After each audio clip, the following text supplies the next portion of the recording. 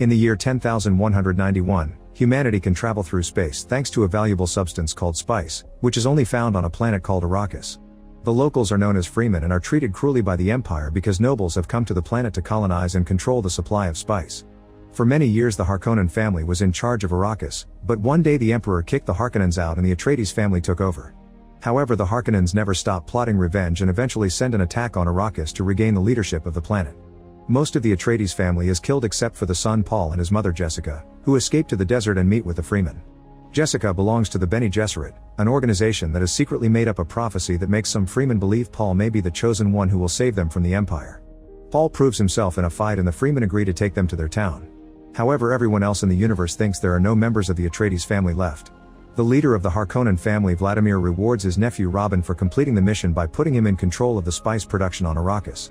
In the desert, Paul's group rushes to hide when they hear a spaceship drop a bunch of Harkonnen soldiers.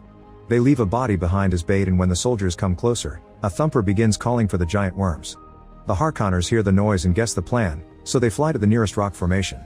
At that moment an eclipse makes the sky dark and the Freemen use the chance to shoot at the soldiers with their laser weapons from afar. One of the soldiers comes down to check on the fallen bodies, so Paul rushes to steal a blade and starts fighting the guy, showing off great skills before killing him. A second soldier appears behind Paul, but Jessica immediately beats him to death with a rock. Once the battle is over, the Freemen extract all the water from the dead bodies. Jessica suddenly throws up and the others think she's disgusted by the sight, but she's secretly pregnant. Then all the soldiers' bodies are piled up and the Freemen call a giant worm to devour them. Meanwhile, Robin is told that he should move his troops away from Freemen territories because they're losing too many men there. Furious, Robin begins beating up his assistant while yelling that they're losing men to rats. Eventually Paul's group reaches the Freemen's town. Many people aren't happy to see Paul and are wary of him, but some locals believe the prophecy and bow to him. Stilgar tries to convince the council that Paul is the chosen one, but they don't take him seriously. Paul and Jessica are still given food, and the spice in the dish makes Paul have a vision he can't understand. Afterward, Jessica is called to watch the ritual in which they extract the water from the warrior Paul killed and add it to a lake in the cave. Stilgar explains that this is one of thousands of water caches created by the Freemen to help terraform the planet. Then he reveals their Reverend Mother is dying and they would like Jessica to take her place. Jessica accepts for the sake of helping Paul. She's taken to a cave where the Reverend Mother touches her face while the Freemen outside pray. Next, the Freemen give the water of life to drink, explaining that the poison frees the soul and will kill her but will also help her see. Jessica takes a sip and immediately starts having a convulsion as the fetus inside her changes. As her eyes turn blue, the Reverend Mother realizes she's pregnant and calls the ritual a mistake. After the Reverend Mother dies, an argument ensues among the Freemen. Some think it was a miracle that Jessica survived while pregnant and it proves the prophecy, while others thinks the prophecy is a lie created by the big families and that their savior shouldn't be an outsider. Paul interrupts the fight to explain his mother had been trained to survive poisons, so it wasn't a miracle. He also says he has no intentions to lead and that he only wants to fight beside them, but his humility only makes Stilgar more sure that he's the chosen one. When Jessica wakes up, she tells Paul that the baby can now talk to her and that he should drink the water too. Sometime later, Paul is given a tent and some food to make a trip through the desert so he can learn the Freemen's ways. Paul carefully walks on the sand but he isn't very good at it, so Chani joins him and teaches him how to improve his technique. She also teaches him many things about the desert and being a Freeman, and as they start spending time together, they begin falling for each other. In town, Jessica continues to talk to her baby and begins planning how to make the non-believers change their minds. A few days later, a harvester appears in the desert to gather spice. The Freemen come out from their hiding spots in the sand for a surprise attack, killing a bunch of soldiers while moving expertly on the sand, which gives them an advantage. The enemy has also brought an aircraft along that opens fire on them, so the Freemen rush to take cover under the harvester. Chani and Paul come out and bring out 2 more soldiers, then Paul acts as bait to get the aircraft's attention on him and Chan brings it down with her laser gun. Now the way is open for more Freemen to come out of hiding and shoot at the harvester at the same time, finally destroying it. That night the group celebrates their victory and finally accepts Paul as part of the Freemen. They give him a warrior name and hug him as an official welcome. The next day Paul watches Stilgar ride a worm and takes off his family ring, accepting he isn't an Atreides anymore. Then Chani joins him and they share a kiss. For the next few months, the group keeps traveling together through the desert and bringing down any harvester they can find, slowly causing great losses to House Harkonnen. When Vladimir hears about all this trouble, he kills 2 assistants in fury. He calls Robin to his chambers and informs him that if they keep on failing, the Emperor will take spice out of their control. Robin must make things right or he'll be punished. Back to Paul, he wakes up from another nightmare. He tries to share it with Chani but he doesn't remember much. He sees himself following a woman into war while hundreds of people die around them. Chani tells him weird dreams are just a consequence of being exposed to spice for so long. Afterward, Paul gets ready for the Freeman's rite of passage, which consists of summoning and riding a sandworm. Paul tests the sand on a few spots until he finds the perfect place and puts down a thumper. Soon a worm bigger than usual appears, yet Paul isn't afraid. He jumps on top of it and using some hooks, he manages to hold onto the worm before he falls off.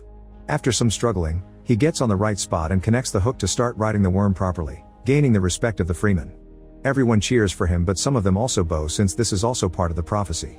The news quickly reaches Jessica, who asks her followers to spread the word.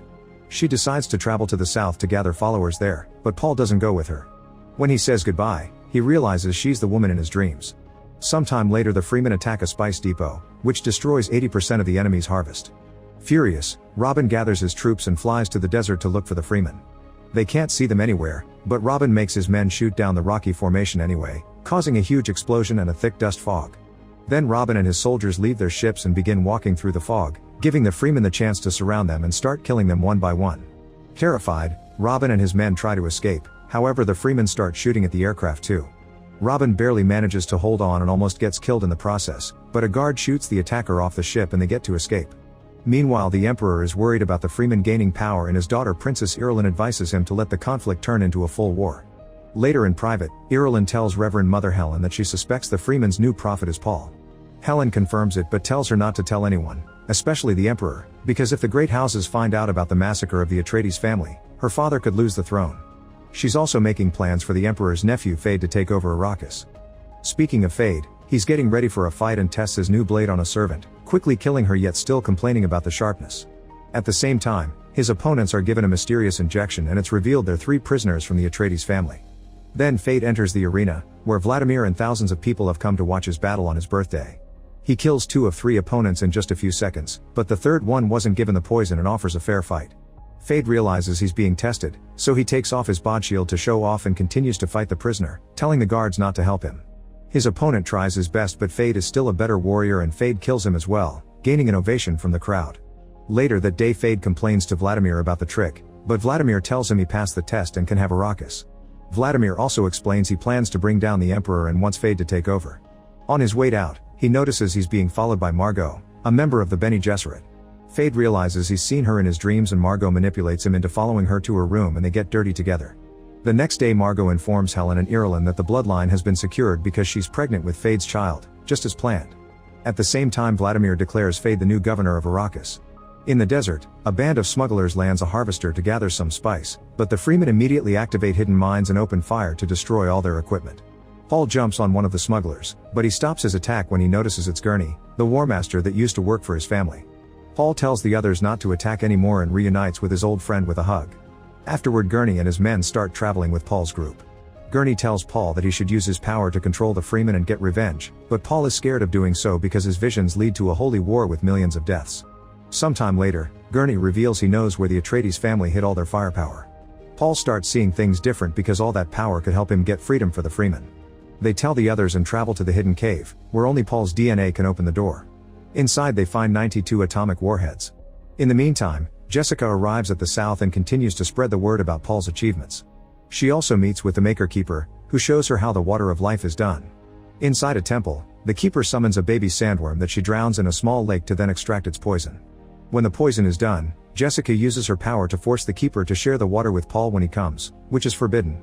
Sometime later, Paul finds Chani staring at the sun and discovers her face is burned. Suddenly he wakes up and finds all the Freemen looking around because they can hear explosions. It turns out Fade is attacking their town, effectively bringing it down with heavy artillery shot from aircraft.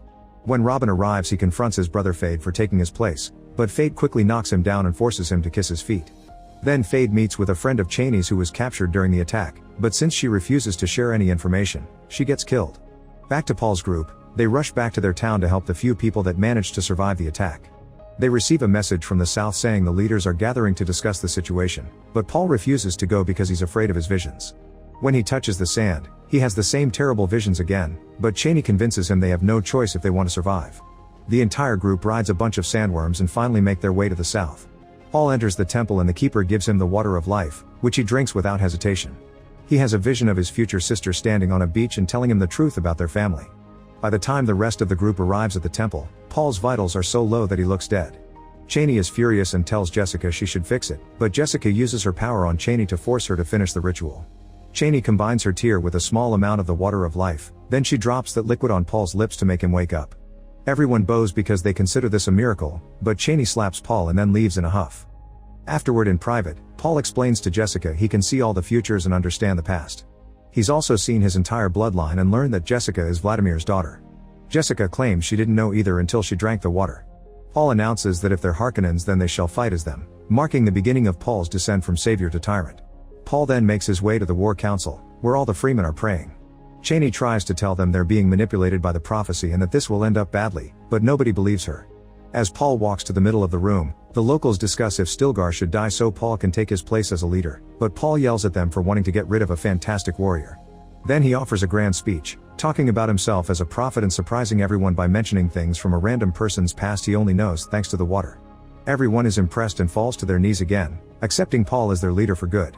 Then Paul puts on his father's ring again, calls himself the Duke of Arrakis, and promises to bring green paradise for the freemen. Everyone except for Cheney chants his name, ready to fight for him. Moments later, the Emperor receives a message from Paul challenging him for the throne. In private, Helen tells Irulan that her father will lose the throne no matter who prevails, but her family can remain in power if Irulan marries the victor. Sometime later, the Emperor's army arrives at Arrakis.